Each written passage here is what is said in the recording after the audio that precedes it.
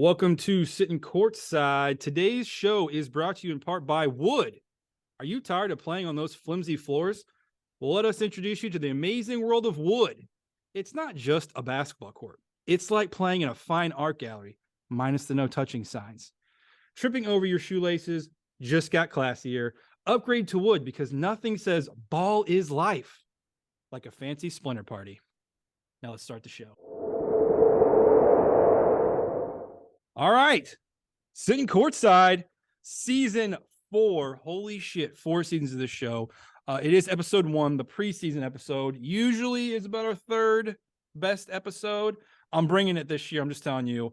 I'm going to start talking, though, because the smartest man in the room has not spoken yet. Kyle, let's hear what you got to say today. I cannot believe we're on season 4 already. It's flown by. This is so much fun. It's the best time of the year. We have the World Series right around the corner. Football's full swing. But the best part and the most important part for our listeners currently is that the college basketball season is just less than 2 weeks away. Cannot wait for it. It's going to be a blast this season 4.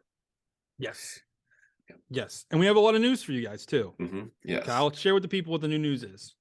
All right. So first and foremost, we're going to tell you our schedule and everything and what to expect this season. But I think without further ado, I don't know if we announced it last year. I don't think we did, but we're going to be exclusively just on YouTube with video this year. Is that correct, Jordan? Yes. So you get to see our pretty faces like right now, like you are.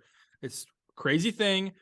Fun fact, podcasts are expensive. YouTube is free. So here we are. Yep, and we're still going to give 2 episodes per week. It's going to be an episode coming out on Tuesday, so you'll have it in your feed on Tuesday and have it in your feed on Friday. So those will be recorded either Sunday or Monday for that Tuesday episode, and then Thursday likely for that Friday. And what we'll be doing on the first episode of the week, the Tuesday, will be recapping the week, because we all know Saturdays and Sundays in college basketball are the most important days, the biggest slates, the time where you make 25 wagers, watch it all day, and then you do it all over again on Sunday. So we'll recap the weekend on Tuesday, and then the Friday episode, we'll give you our picks for those big weekends. So again, just like last year, you can find all of our picks on Twitter. We'll tweet them out to you. And then if you already do subscribe to the YouTube page, it'll still be the same spot. You can go find our videos for too as well. But just to let you know, the picks episode will be Friday and the recap will be on Tuesday. Yes. And for the YouTube page, for any new users, we're going to rename the original page. So if you go and search after this episode, it's going to be called KJ Sports for now. That was literally just decided 30 seconds ago. We will come up with a much better name. Reason being, you would think we'll just call it Sittin Courtside. We do a lot of other content, so we need a better name than that. So for now, go search that. If you already are a subscriber of the page previously, you got the hiccups. Don't worry about it. You don't have to do anything extra. Perfect.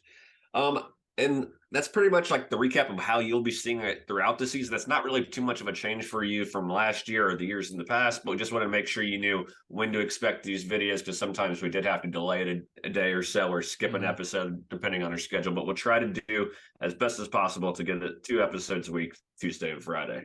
Yes. And I think the other big thing too for new people, for the Friday episode, if you don't know, lines, they don't always come out as quickly as we'd like. So we're going to try to do Thursdays and hope that lines do come out. But for any of the picks that you want from us, as far as like the full list, you will have to go to Twitter, most likely. Kyle, your Twitter handle, I don't think it's changed in like 100 years. Nope, so, it's still at Kyle Cliffy. Perfect. I, on the other hand, love change. So for anyone that has already followed me, you don't have to worry about it. It's still the same page. New people, though, all social media, you can find me at MingoMade1. Also, I'm trying to make a push for this. This is not an ad. Wish it was. You can also get all of my picks over at Betting Pros. So that is something new that I am doing. Kyle, feel free to do that if you'd like as well. So, yeah. New season. Let's fucking go, boys. Yeah. I already messed up. I said it was going to be better. It's all good. Well, we do have to do a bit of a recap because this is season 4, like we said. If you guys go all the way back to season 1, you'll remember that we made picks for all the games, all the big games, basically every day, and we tied. It wasn't that wild. Yes. And then season 2, Jordan ended up taking a lead early and kind of just basically had it most of the year. And he ended up winning season 2. And then last year I tied it up, ending up winning season 3. So we're going into season 4 with a 1-1-1 record. So this is a big one. And so again, follow us on Twitter so you can make sure you can follow all of our picks, because we'll get up to like hundreds of picks, if not thousands of picks by the end of the season. I honestly want to say, you know what? I think I actually have it somewhere.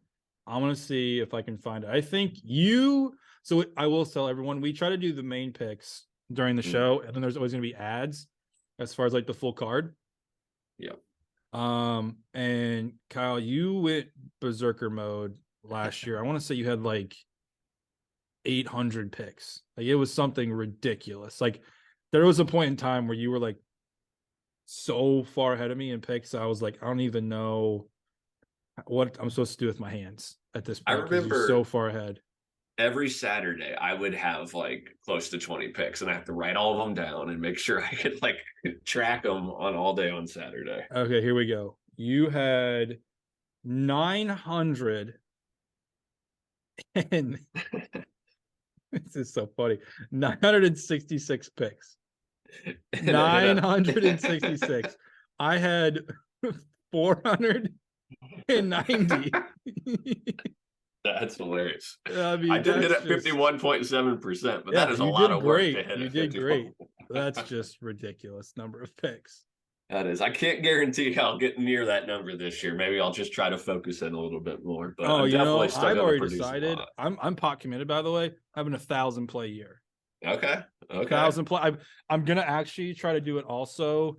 For football as a total. I started a little slow. I was trying to be more diligent, and I just can't do that. It's not how I have designed. So I'm trying to do 1,000 plays in football as well. But all right, big year. All right, well, let's get into this year now. If you know anything about college sports currently, it is absolutely impossible to track every single thing that moves now, especially with NIL, with people being able to transfer. But we'll try to give you all the keynotes, the big details as we go through this episode. We're going to give you look at the first top 10 ranking. We're going to talk about each conference. We're going to talk about transfers and new freshmen that you'll be seeing on teams this season. And then, of course, we have to give you some picks. So we'll go through each big conference, give a little analysis and tell about who we think is going to win that conference, if you have any long shots and what those odds are. And then, of course, we'll give you our national champion and Final Four picks as well. So without further ado, let's just go ahead and dive right on in, talking about the new college basketball rankings for the preseason. It goes Kansas 1, Duke 2, Purdue 3, Michigan State 4, Marquette 5 to round out the top 5. Kansas is the clear number 1 by the rankers. 46 of the 60 votes for the AP top 25 went to them for the number 1. They did lose their top 2 leading scorers to the NBA, but they reloaded through the transfer portal, mostly due to getting Dickinson from Michigan there. Their depth might be their only issue. But do you have any issues yourself with Kansas being the number 1 team going into this season? No, they're the most obvious team on planet Earth. Like literally when they got Dickinson, it was just like the blogs, the mainstream media, it just blew up. It's Kansas. It's gonna be Kansas. I don't think Kansas has had a more obvious you have to win it all year than this year. However, I took a note. Trouble in Paradise. They're coming fresh off of their punishment, which I think was like a 3-year penalty. Part of it was getting scholarships taken away. There's a couple other things listed in there. Go look it up. But like Trouble in Paradise, is it going to take over a little bit at the beginning of the year? You mentioned the depth problem. This might be the last hurrah for them because scholarships matter. Hate to say it, they matter in basketball. 3 is kind of crazy. So Kansas, this is a all or nothing year for them, for me. And I did mention the rest of the top 5, Duke, Purdue, Michigan State, Marquette. What they kind of have that Kansas doesn't is that they return a lot of their core, if not their entire core. So Kansas at the top with a lot more newness to their team than those other top 5. But in my opinion, those top 5 teams all are stacked. They all have a mix of returnees and good recruits. I have no issues with that being the top 5. But in the total, the top 10, do you see anything that really sticks out to you that you disagreed with, or is there a real overrated team maybe in the whole top 25? Well, just what are your thoughts on the rankings? So I have notes section every single top 10 team, Okay. and then I have 2 others. So for me, to answer the question when you asked me, Houston, F is for fraud. I don't think they're that good. They keep talking about they brought back 3 big time players. The defense will still be amazing. They move conferences though, just to highlight that now. They're going first year to the Big 12. The Big 12 was absolutely loaded. And what we also know is Big 12 scores. Mm-hmm. Houston does not score. They never scored, ain't never going to score, not going to ever score, ever, ever, ever. It's not what they do. I think F is for fraud, and fraud equals Houston this year. Okay. The other team that I'm a little bit up in the air on, I literally wrote up in the air, Creighton. Okay. They lost 2 big players to transfers. One goes to Kansas State, one goes to Gonzaga. Gonzaga, okay, fine, cool. They've kind of been a big program now for the last 25 years. Kansas State, that makes no sense to me. Like, if you told me rank teams in the last decade, Creighton is a better school than Kansas State. I don't get that. They do have 3 returning starters, though, seconds away from a Final Four last year. Yep. I'm really up in the air with them. Like, and they're playing the toughest conference in America. I don't care what anyone says. The Big East, rep, toughest conference in America. Those are 2 teams on the top 10. I'm not real sure about right now where they stand, and I'm not really sure if they're going to be there at the end of the year either. Yeah. And so for fans that have listened since day one, they know I usually have a soft spot for Creighton. I'm usually pulling for them. Yeah. But last year it was just so hard to get a read on them. Yes, they had a good season, but it was started out real bumpy. So it's just a hard team in general for me to get really too easy to like back them right now. So I'm pretty hesitant about them. But the thing I'm the most upset with, or I had to pick a bone with at the top 10, is Florida Atlantic at number 10. And it's not because I think they're overranked. I think they should have been higher. I think they should have been listed as far as number 4 ahead of Michigan State, because they returned basically everyone from a Final Four team last year. And they proved in the tournament, like making the Final Four, prove that they are talented. They went 32-3. I think they deserve to be either right on the borderline of top 5. I can see it at 4, but 10 seems a little disrespectful, especially seeing Creighton, Tennessee did lose multiple players while they got their recruits, but Florida Atlantic is proven. They showed it on the big stage last year. I thought they deserved to be higher than 10. So this is what my thoughts were on FAU. Their non-conference schedule is next level. All right. Okay. Their non-conference will define what they are. So they're going to have every opportunity to climb into that top 3 early. That's a good point. Think to your point, it's a little unfair where they got put, because what's going to happen is the second they lose 2 or 3 of those games, they're out of the top 25, which is unfair, quite frankly, because it's going to be hard for them to climb back in, given the quality of talent or quality of opponent they're going to have to play in the new conference with the AAC. But if they win, again, they're firmly in the top 5, no questions about it. Like you said, they return everyone, but they have all the pressure in the world now to basically deliver another iconic and historic year for them. I think they'll still do it in the AAC, even if they lose a couple early, and be right up there as a top 3 seed. Yeah, just to touch on that schedule, they have Loyola to start the season. They have a Butler game, Charleston game. Then they have Illinois, who's ranked, St. Bonaventure's, and then the big one against Arizona in 2 days before Christmas. So that one will be huge, and definitely one you have to watch. Yeah, and also I wish that game against Loyola wasn't on a Wednesday, because it's in Chicago. Like the easiest game in the world for us to go to in Chicago on a Wednesday night. Who does that? Yeah. Looking at the rest of the top 25, I think 2 things to me stood out. It's always going to be this way with these teams. North Carolina is ranked, and so is Kentucky. Let me pull it up. So Kentucky's 16, North Carolina's 19, and it's completely on their name. These 2 teams are designed completely different. Kentucky is as young as any team in the nation, and they're going back to Calipari's roots, where it's just a huge recruiting class.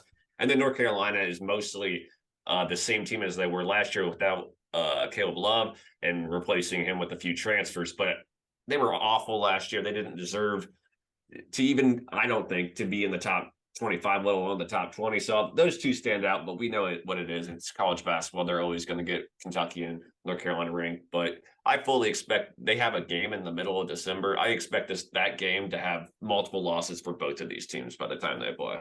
Yeah, North Carolina was what I told you last year. I said they were going to be a massive disappointment. They had a big run. The name gave them the ranking last year, and they disappointed like they did. Same thing's happening. Everyone's like, oh, Lightning can't strike twice. It's going to strike twice. They're a bad team.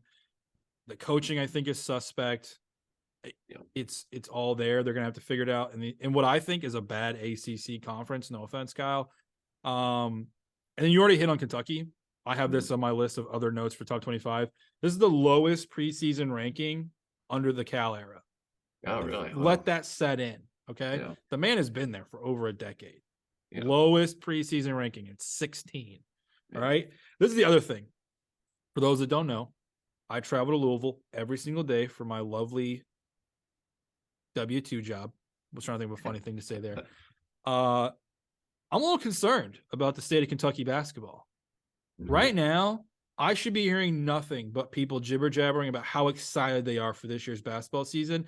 Instead, I have people talking about their upcoming football schedule. Kentucky, you're not a football school. When your fans are talking about football, Big Blue Nation is in massive disarray. This may be the year that breaks the camel's back for Coach Cal. Like, he might be done in Kentucky if they do not hit on at least an Elite Eight, especially if they're a top 2 seed again. I'm worried. I'm worried for Big Blue Nation right now. Yep, I agree.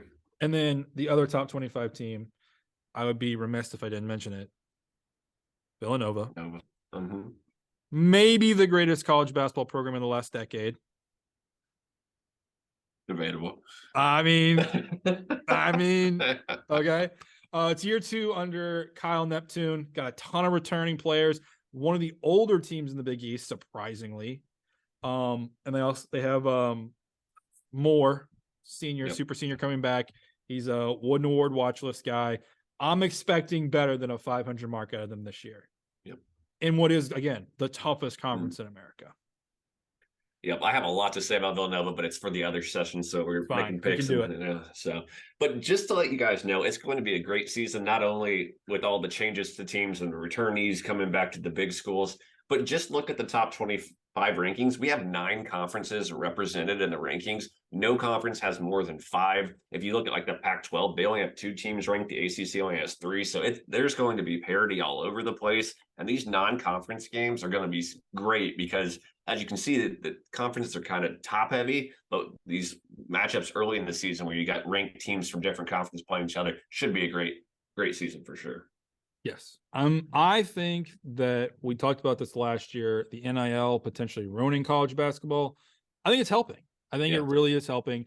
We haven't had anything yet where the big time basketball schools are loading in money.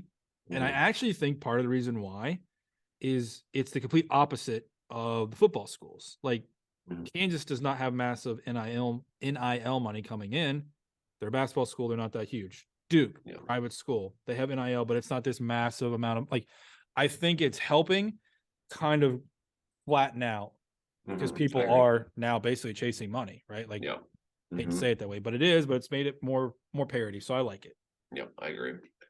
All right, you ready to move on to top transfers and top recruits? Oh, buddy, I'm going to tell you now. I'm going to lean on you so fucking hard for this session. I have plenty of notes here, so I'm good to go. All right, top transfers. These are guys that you should recognize their name from last year, if not the last couple of years, and they're playing in new spots because, again, you can transfer wherever you like, and there's no penalty. We already mentioned him once. Hunter Dickinson, he went from Michigan to Kansas. He's back-to-back 18 point per game, 9 rebound per game averages for the last 2 years. I think he honestly his teams have underwhelmed. I don't know if that says more about him or about Michigan. I think it's more about Michigan, honestly. But yeah, he'll be playing in Kansas, and he'll be prime time.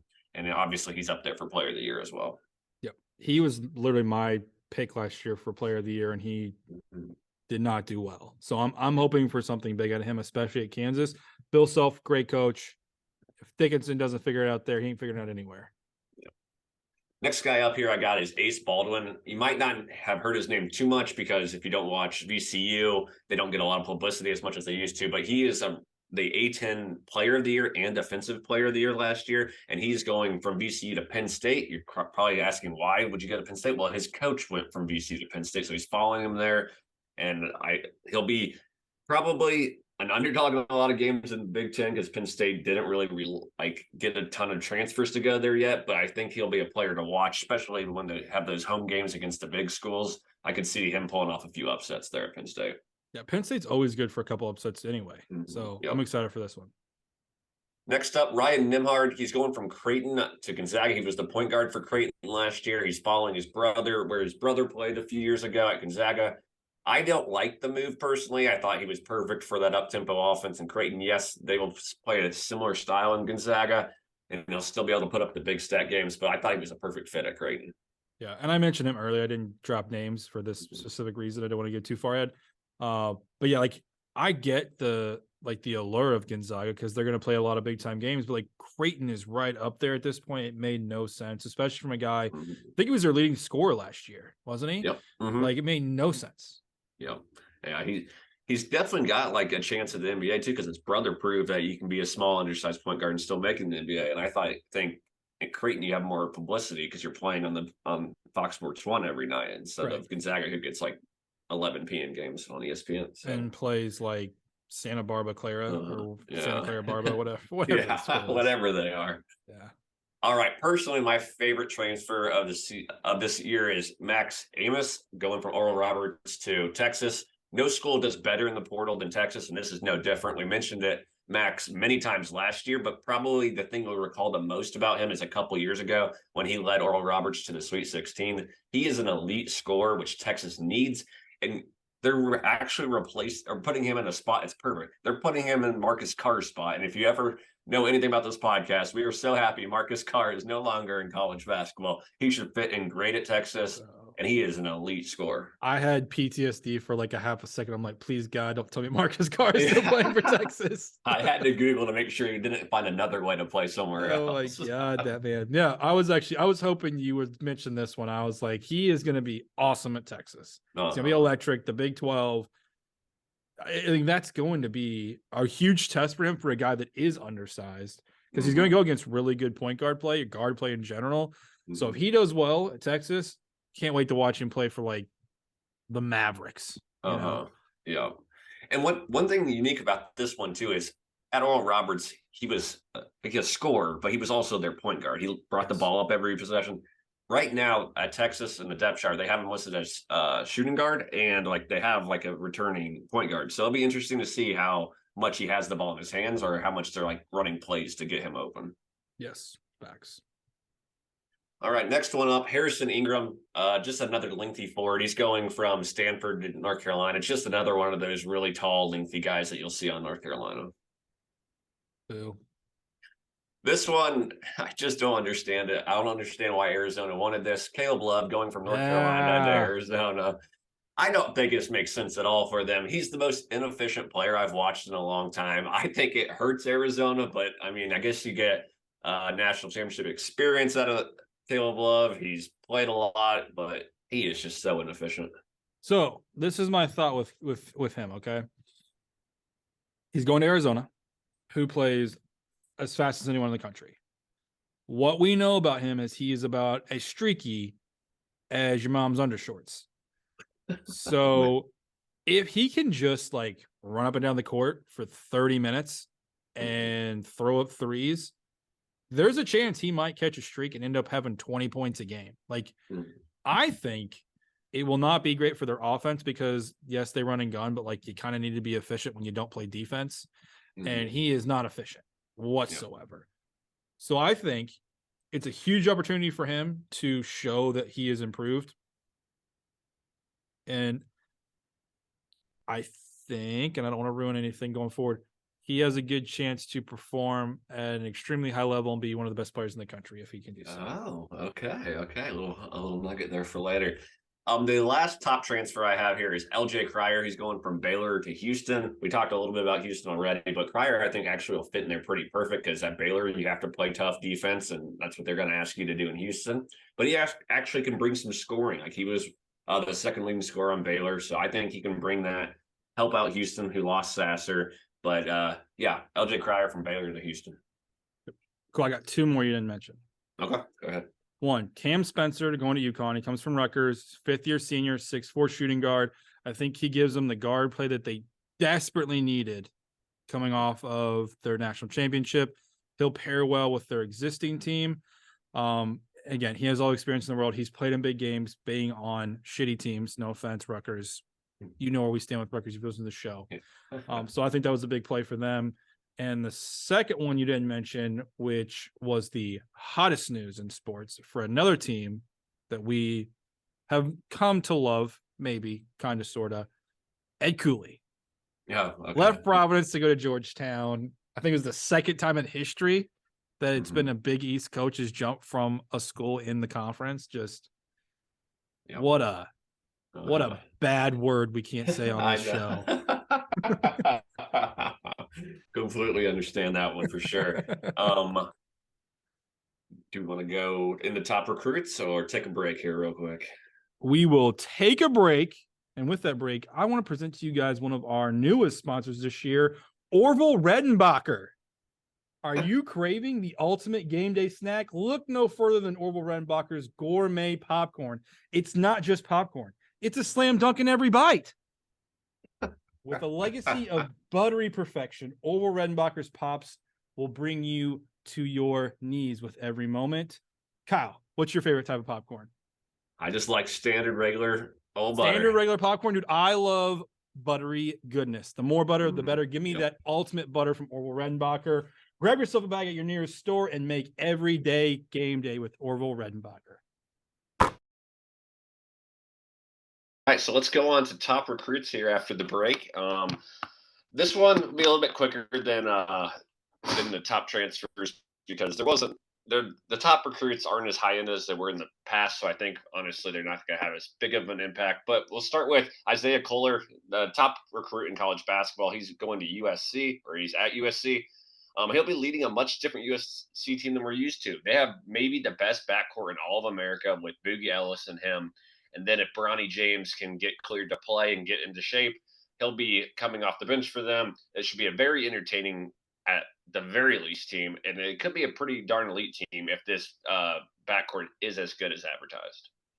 Yeah, I actually think that he's like a little bit of a dark horse for maybe, like, I don't think he'll win the Wooden Award, but he will be a finalist potentially if USC plays well. What he is going to be up against, though, is USC and the East Coast bias. Pac-12 not super stacked whatsoever. I think a lot of people are already looking forward to next year with that. Kind of everyone's falling apart, but more so even for USC's piece now. Like basketball's gonna be crazy. So unfortunate for him. I don't think he's gonna get much of an opportunity, but it is there if he can just go berserker land. Yeah, and he's one of these pass first guards. Like you would think top recruit, he's probably a scorer. He's more of a pass first guy. He should get everybody involved, and that goes perfect with Boogie Ellis, who is definitely a scorer. Yeah, USC, for him to have a chance, I think, is going to have to lose only like 2 or 3 games. Yeah, especially with the Pac-12 just being down in general. So yeah. Next up, I got a trio here: Justin Edwards, Aaron Bradshaw, and DJ Wagner. I grouped them all together because they're the top 3 recruits going to Kentucky. They're all top 10 recruits. It's obviously the top recruiting class in all of college basketball, Kentucky. But I did mention this earlier. It is down from past and just like the skill level of these guys. If you go by the rankings of like how Scout and 24/7 Sports ranks it. Again, Calipari went away from this last year, getting more transfers and returnees, which actually got his team back to the NCAA tournament. We'll see how it goes with him reverting back to going through an entire new team of young freshmen trying to lead the way. Yeah, we've seen enough of this rendition to know that about 1 out of 10 of these classes figure it out. I don't anticipate this being one of them. Now, they might do okay, but they're not. I don't think they're taking Cal to the promised land. No, I don't think so either. Next up, Cody Williams, probably the most shocking of the top 10 just because of where he chose to. This Cody Williams is the younger brother of Jalen Williams, a recent lottery pick. He is going to Colorado. He joins basically a full returning roster that made back-to-back NITs. He is a raw athlete more than like a prime basketball player, but he will thrive in transition. He should mesh pretty darn well with De Silva, their leading scorer, who was all Pac-12 last year. Mhm. So very interesting choice here for Cody Williams to go to Colorado, but he is joining a pretty stacked roster from Colorado standards. Yeah, I honestly can't even put my finger on what made him make that decision, but I don't mind Colorado basketball, so I can get behind it. Yep, yep. I like him, and they'll be brought up a few more times before this podcast is over. Oh, little crumb. Yes. Next up, Mackenzie Mbako, I think is how you say his Oh name. yeah, He's you know how to say his name. yeah. The once Duke commit is now going to IU and lands in Bloomington. He should start game one, and if all goes right, he should be the lead dog to win Big Ten Freshman of the Year. This guy is a freak athlete. He's going to be fun to watch at IU. Definitely a top land for them. Yeah, he's Of gonna course. instantly be probably their top scorer. And for anyone that doesn't, I guess, follow college basketball that closely, like he flipped because of Filipowski, not Mhm. Flipopowski. Funny enough. So huge land for Indiana and Woodson. I almost called him Williams. Woodson there. I think this might be again, it's gonna help the train that he's kind of making here at Indiana and being a big time recruiter.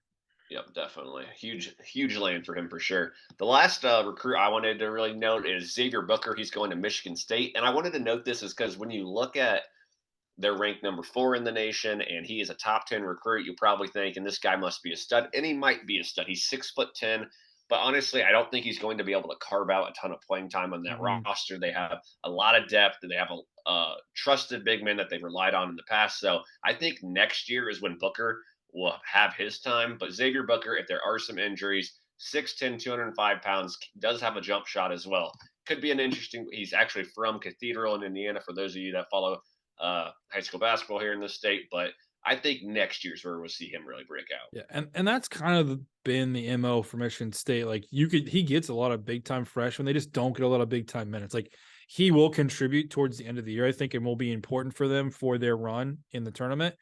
But to what you like, he's not going to come in and be this monstrous force. He's going to be the guy comes in when guys in foul trouble, gets a couple of minutes, gives them a couple breaths, goes out. Mm-hmm. That's how the game plan goes. Michigan State. That's what's made them successful. He ain't changing it now after what 25 years. Yeah. Yeah.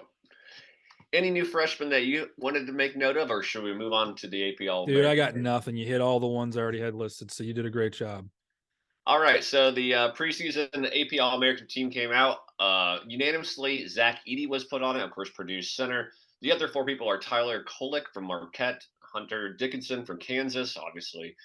Well, he plays in Kansas now, formerly Michigan. Yep. Kyle Filipkowski, Duke, and Armando Baycott from North Carolina. Initially, my very first takeaway is they basically put 4 centers on this All American Yes. AP team, which is very odd. I feel like you should have to fill out somewhat a starting lineup because Philip Kelsey will be the starting center for Duke, but Baycott will be the starting center for North Carolina to go with Hunter Dickinson and Zach Edey.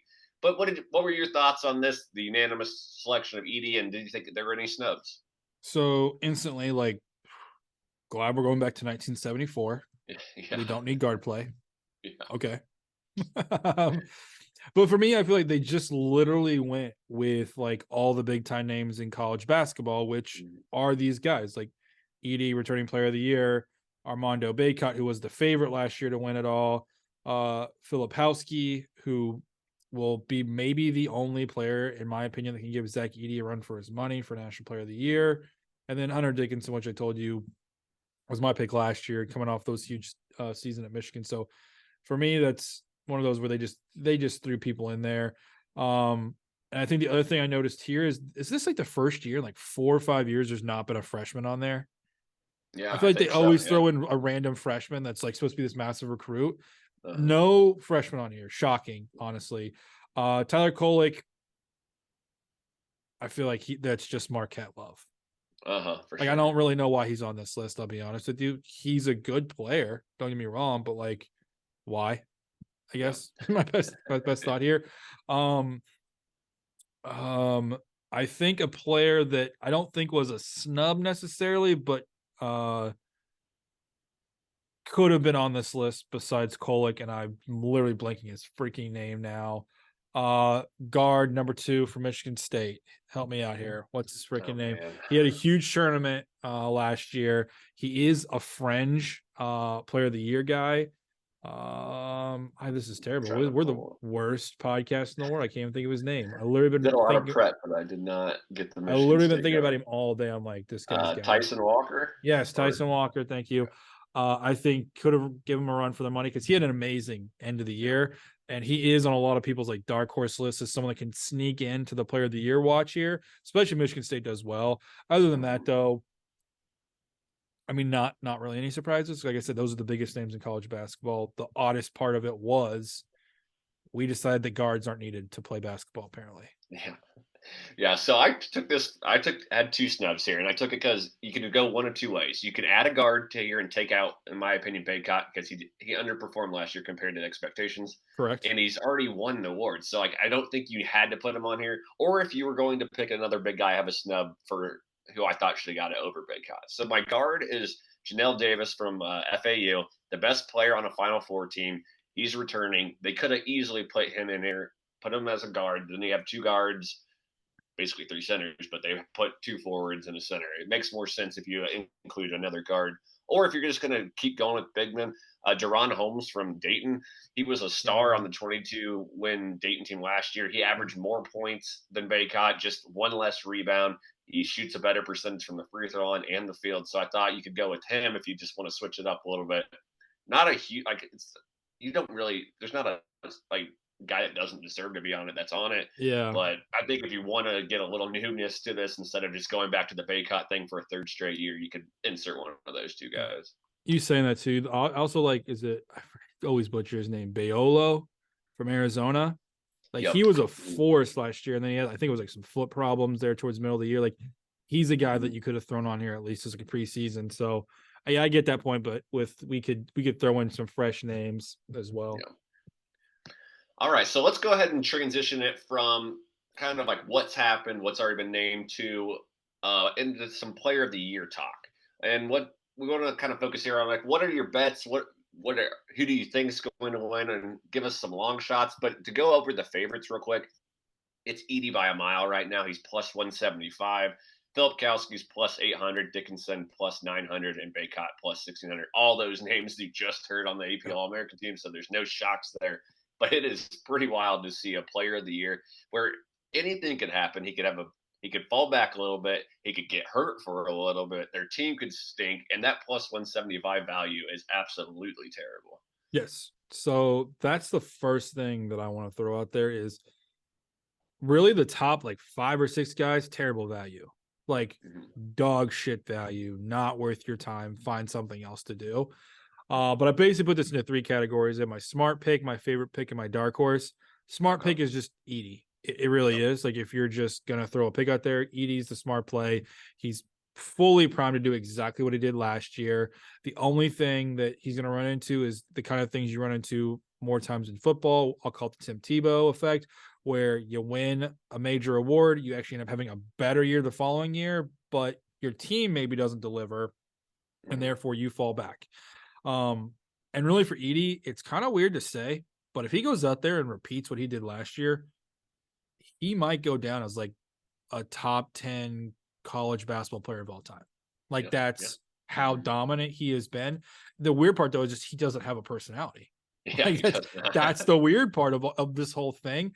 So that's my smart pick. For my favorite pick, and it truly is my favorite pick, and I already said there's not a lot of value, but if you're gonna do it. Love Filipkowski at plus 800. Love him. He's going to get the Duke bias. Let's just call it what it is. And he's going to have so much hype around him. Like all he literally has to do is show up, and he's going to be a top 3 player in the country. I love that pick as much as it makes me want to throw up in my mouth. I love Filipkowski. And maybe he drops back a little bit with the preseason. Maybe some guys have bigger games to start. Maybe give him a plus 1,000, plus 1,100. Play your odds there. And then my dark horse. My dark horse. I'm going to say this now. On a certain sports book, it's plus 3,500. On another sports book, if you know how to shop for lines, Mhm. it's plus 8,000. Oh, That's how okay. much this player is up in the air with what we're going to do. So I marked the plus 8,000 because I like money. Caleb Love. Oh my goodness. If he shows up for Arizona and just let's pretend for a moment they play 30 games. If he shows up for 17 of them and can average like 27 points in those games and do nothing else in that high powered offense, and Arizona runs the board and goes 28-3, Mhm. he'll be right there. Yeah. And you'll be able to cash out if you don't love him that much at that point and at least make some money at plus Yeah. 8,000. Okay. Love the Okay. Caleb Love pick. Hate him. Yeah. Hate him. Hate him. Hate him. Never met a guy that gets so many fucking flowers for being a good shooter that can't shoot the fucking basketball. But Caleb Love is a good value given his Yeah. situation and the streakiness that he does have.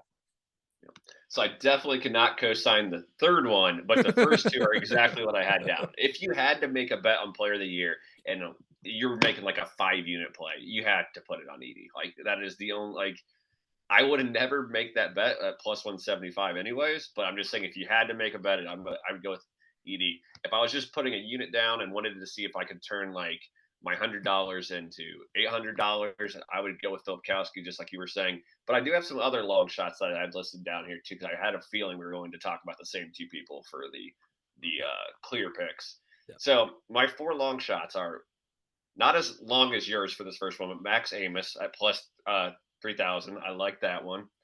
Justin Moore, Villanova guy. Yep. If he gets rolling and that team performs better, he's plus 5,000. I really like him as coming back after a full off season, not having to rehab that injury. I think he's a solid bet to lead them in scoring. And if they make a run to the top 5-ish, I could see him getting some love. Jerron Holmes for Dayton. I already talked about him, so there's not really much to go in there for that. And then my longest shot at plus 9,000. You talked about Kohler earlier.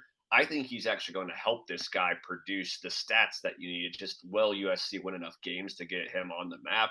And that's Boogie Ellis. I've mentioned him a few times. Yep. He has a very good shot, I think, to lead all big conferences in scoring. And if he can like get hot at the beginning of the year and lead the nation in scoring, that could get him some more eyeballs. Obviously, everybody's going to want to watch USC because of Bronny James, the number 1 recruit. So they already got some of the pull from the national media. He's an elite scorer and not afraid to shoot. So if they can get that ball going up and down the court, I like Boogie Ellis at plus 9,000. All guys I looked at. Amos, I'll tell you now, I just don't think he's going to get the stats at Texas. They like to share the ball a bit more. More, obviously, I love that pick. Only reason I shied away from that. This is all like reasons why I wouldn't do this, but I do like all those picks for everyone. More, the only reason I was scared of that one is because I do think Villanova's in the best conference in America, and you're gonna have to win that conference for that to happen. So again, value bet there, but there's a lot riding on that. And really for the other ones, again, that's you've kind of covered. Like it's you gotta win and you gotta win big and you gotta win a lot. I just don't see some of those teams being able to deliver and have the big time flash. But I think all great picks for people that want to do it for sure.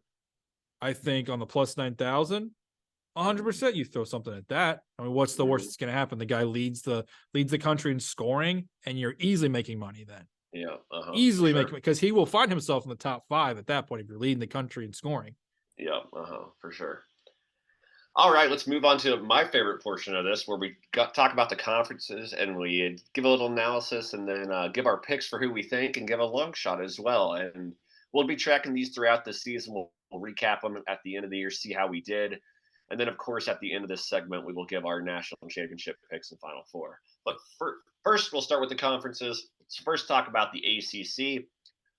Duke is the favorite at plus 140.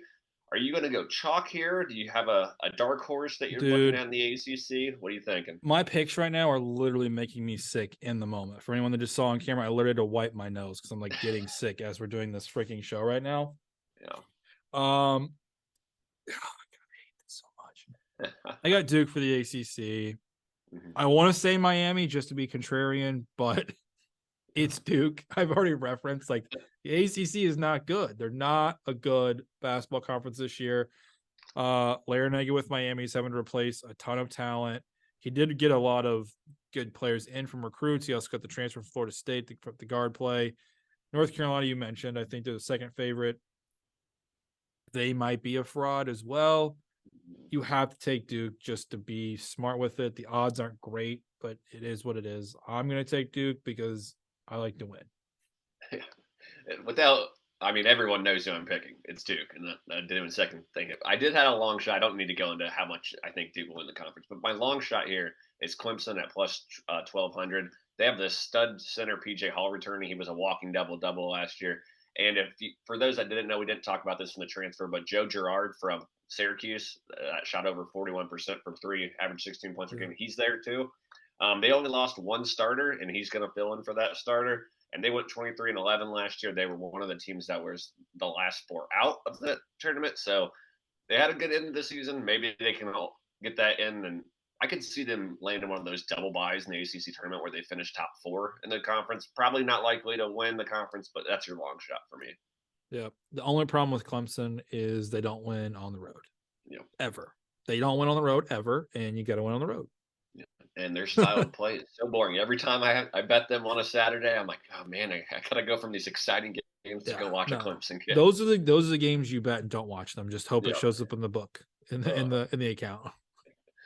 All right, next up, the Big Ten. Purdue is the favorite at plus 200, and I think just like the ACC, they're the easy pick. I know Michigan State is a top 5 team, but Purdue has owned Michigan State recently, and just their style works in the Big Ten. Like, I'm worried about Purdue outside of conference play against good teams, but I'm not worried about them in conference play. So I would just take the plus 200 there with Purdue. But I do have a long shot here. I'm going to go with Illinois at plus 800. They were a very experienced team, even though that experience didn't happen for most of these players at Illinois. This isn't the bet I would specifically make for Illinois. I have another one later that I would touch on. But if you're looking for the bet to win the Big Ten winner and you don't want to go with the chalk of Purdue or Michigan State that don't have a ton of value, I would lean towards Illinois at plus 800. Yep. So I hate myself. I don't like it. I have Purdue. Okay. They won the league by the most games in history last year, bringing back basically the same fucking team. Yeah. For Purdue, this is another Big Ten title and a 1-seed or bust. Yeah. Mm-hmm. That's the end of the story. And quite frankly, no Final Four. There may be no Matt Painter. Like, that's how big the expectations are for them. From a dark horse perspective, I think you got to go with the one team that has maybe the best coach in the conference that can get Purdue off their game, and that's Indiana. Okay. I was trying to look up what their live odds are right now. I think they're like 5th or 6th in the conference. Mm-hmm. Definitely worth the value. But Indiana has great coaching. They're going to know Purdue in and out, and realistically, that's what it's probably going to come down to. If you can beat Purdue and just get one against Michigan State and then figure out the rest of those games as Indiana, you will have a shot at the end of the year. Yeah. All right, next up, we got the Big 12, where Kansas, again, for the 100th year, is the favorite at plus 200. Do you see someone ending Kansas's run here? Do you like one of the dark horses? Who you got here in the Big 12? It's Kansas. It's always going to be Kansas. Always going to have to take Kansas till they get beat. You got to take them. But really, I will take anyone else besides them at this point. I'm rooting for everyone. But this conference kind of is in disarray when you kind of look at it beyond the top 4 teams, which right now is Kansas, Houston, Texas, Baylor. I already said Houston's a fraud. It's their first year in the conference. Baylor, just can't trust them. Sorry, I can't. Texas will give them a run for their money. After that, it kind of is just this hodgepodge of what the hell is going on. You got West Virginia, new coach. I'm not going to go into Huggy Bear. Texas Tech, they can't keep players. Yeah. They just can't keep them. You go out to the rest of those in the conference, like it's just, this is Kansas conference at this point. Texas is the only one that can give them a run for their money. I hope Texas does give them a run for their money. And that's kind of where we stand with the Big 12, unfortunately.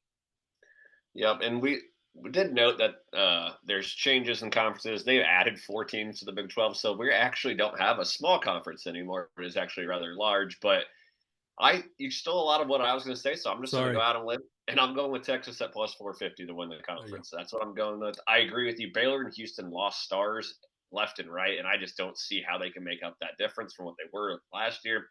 Texas, basically, like I mentioned 100 times, just replaced Carr with Amos. And so I think they're an Elite Eight team, top 10 team most of the year. I'll take Texas to actually knock off Kansas. If you want a far dark horse, and if your bank account must be looking nice if you've been thinking about this one, go with Oklahoma State at plus 5,000. They finally have shooters. If you've watched this team in the past, they only win at home because they keep the games low scoring because they have that press defense and Mhm. they kind of suffocate everybody at home.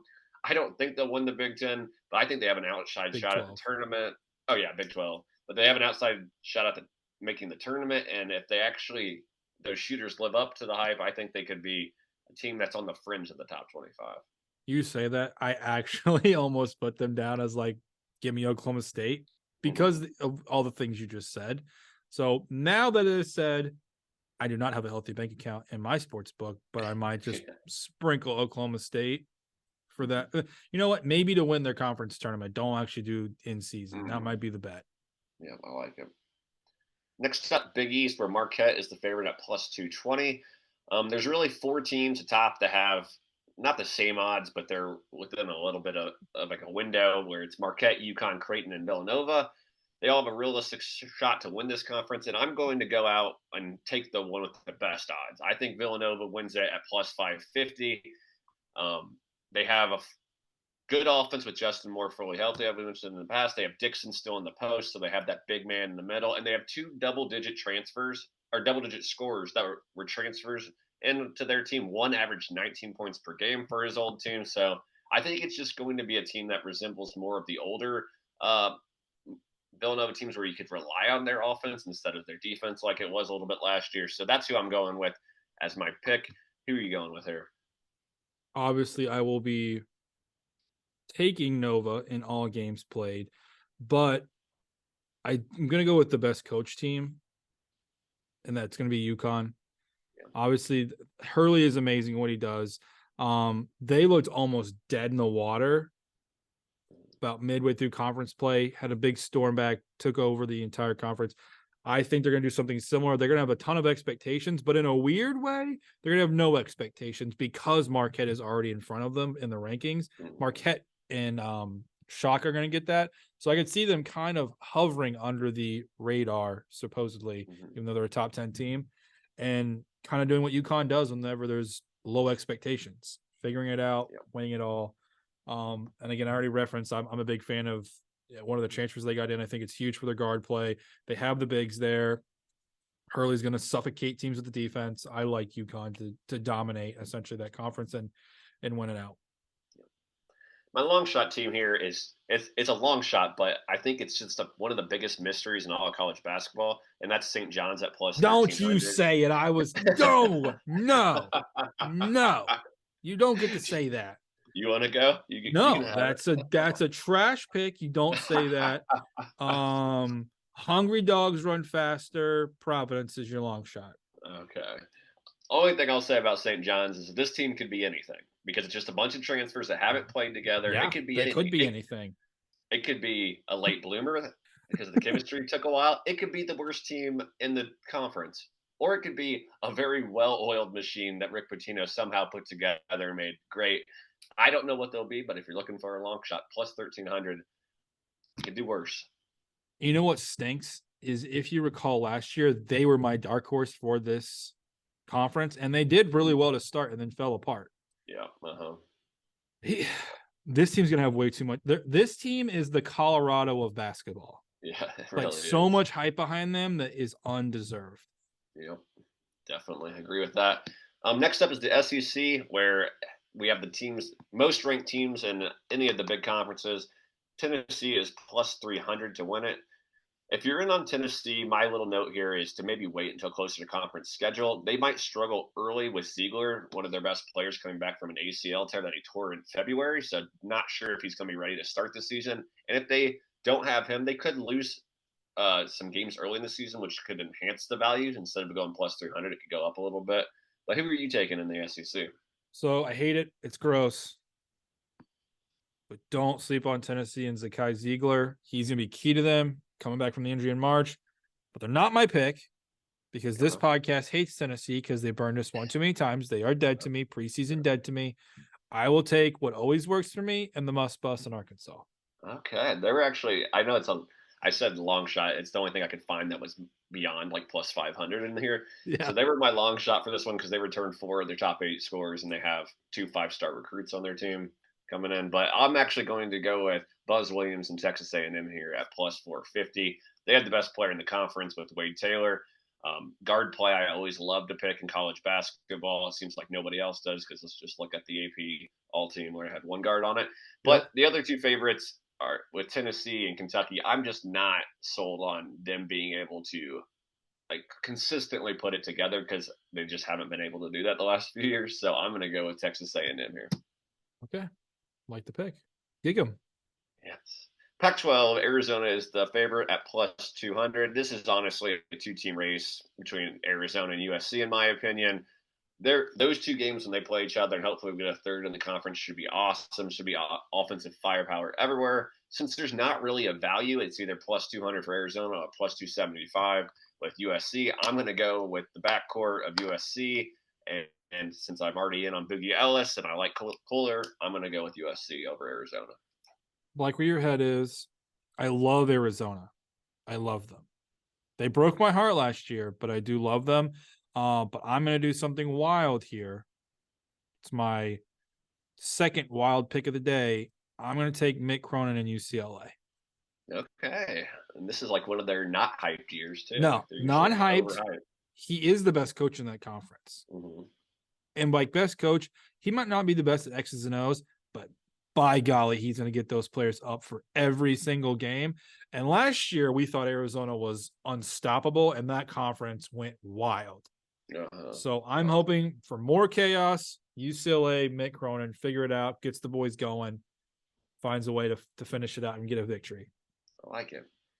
All right, last conference here, and this one honestly just makes me sad. It's the Mountain West, our beloved conference. I love watching this conference usually every late night, but I don't know if we're going to be able to watch too much of the Mountain West this year. There's San Diego State at plus 140 is by far the favorite. They're the only ranked team in the conference. There's not even another team in the conference that got more than 1 vote to be ranked. You can't go anywhere with chalk here. San Diego State at plus 140, and what is probably the most down I've ever seen the Mountain West. So you made a comment earlier, I forget what it was, in the podcast, where like it's year 4 of this, and I feel like we are finally reaching like podcast / show I don't know what the word I'm looking for, eclipse. I don't know, a plateaus where like the things that we love we now hate. Like the mountain. What happened to the Mountain West? They're gone. They're just what gone. happened to the Mountain West? Our poor baby boy has grown up and he's a fucking degenerate. He's worthless. I don't want him to have my name. Like that's where we're at in life. What you said that was correct, but for funsies, I'm gonna run it back like I did last year. I'm gonna take Boise. They get the 4th best odds of the conference. I think they're still like plus 550, 575, somewhere in there. So it's not like they're wildly out of it. And they do have good guard play. They shoot the ball really well. Their court is horrendous to look at. Please don't watch their games at home. But I'll take Boise just for funsies. But yes, it is a San Diego State or nothing. And I think that the Mountain West will be safe. I don't think we have to worry about them having like 4 teams make the tournament and like all of them not make it out of the first round again, minus San Diego State, who obviously did what they did last year. So that's where we are in life.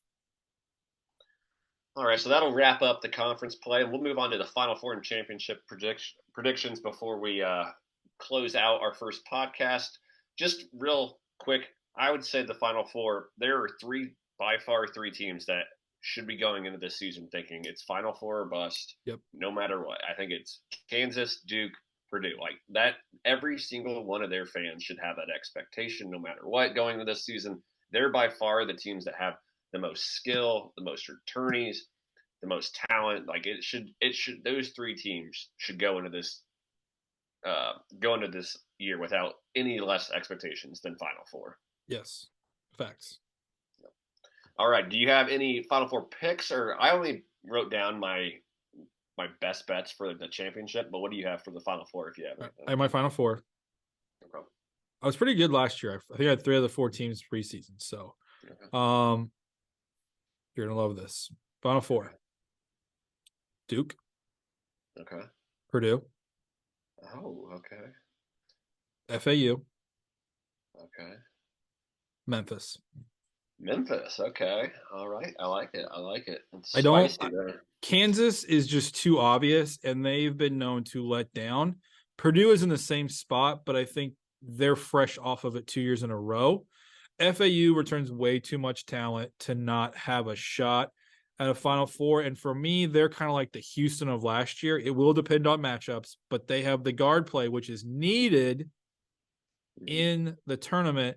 And then Memphis is a team that I feel like always has a ton of hype, right?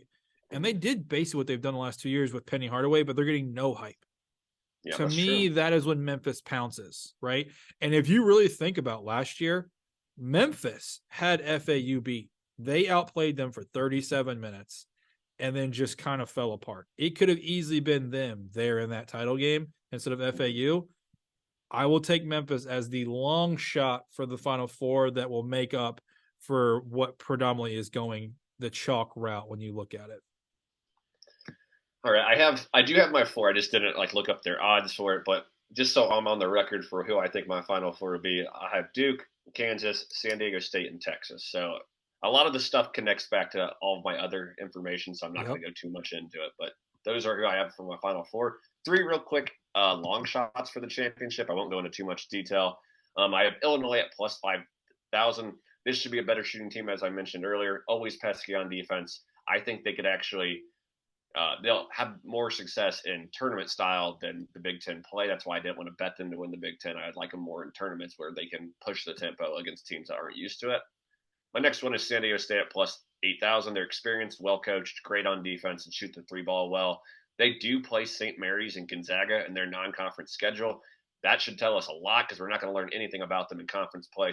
So you must watch those 2 games if you're going to be a San Diego State supporter. And then my longest shot to win it all. It's a long shot at plus 10,000. Colorado. We've talked about them a ton already. They're experienced and they have a star recruit in a down Pac-12. They could boost their seeding in the Pac-12 because it's down. So they're my long shot. Do you want to give me either your long shot or who you actually have winning the championship? So Memphis was really my long shot Yeah. in this instance. From a win it all perspective, I think it's Duke, unfortunately. Like it just is.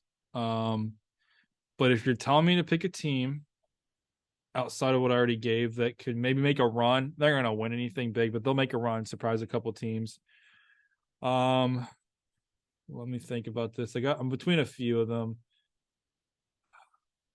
I love St. Mary's, but I don't think that's a long shot. They're ranked in the top 25. But they're in a tough bid there with Gonzaga. Mm-hmm. I'm gonna go with UAB. Okay. UAB. I like what they have. They're kind of under the radar. They're similar to FAU in a sense. Like they're leaving Conference USA, going to the American. Their coach was considered for the West Virginia job, so that should tell you a little bit about his coaching prowess. Like he knows what he's doing. Bringing back a boatload of experience, which is important. Their problem is going to be figuring out how to get in the tournament. Yeah. That will be their problem. If they get there, they will be a matchup nightmare for a lot of really good teams. Yeah, but they went, what was it, 26-10 last year, and were Yes. absolutely dominant on their home court. So yeah, so I do think they have the potential to do it again. I think the switch in the conference will make it a little bit difficult for them. They're going to play up in competition, and again, as we know, conferences like that only get so many teams in, and you almost got to go. You can't lose more than 4 or 5 games at that point for them to get in. So it's going to be tough, uphill battle, but I think if they get in, they will make a run.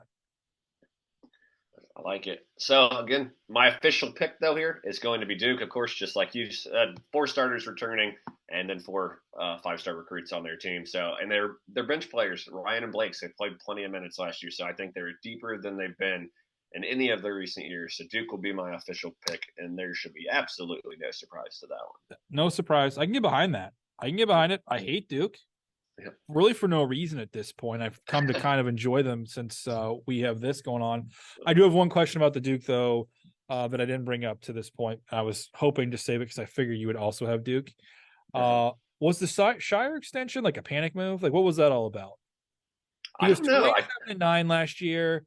People kind of were shit talking him, and then all of a sudden he gets an extension. That makes no sense to me. Yeah, I don't know really like the timing on it right before the season, but I do know that he's like had a bunch of recruits come in, and I think it might show those recruits how committed they are to Shire. So that was just kind of how I did it because it was on the same day that they had Cooper Flag in. So Gotcha.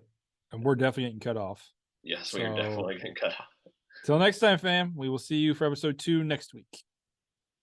Peace.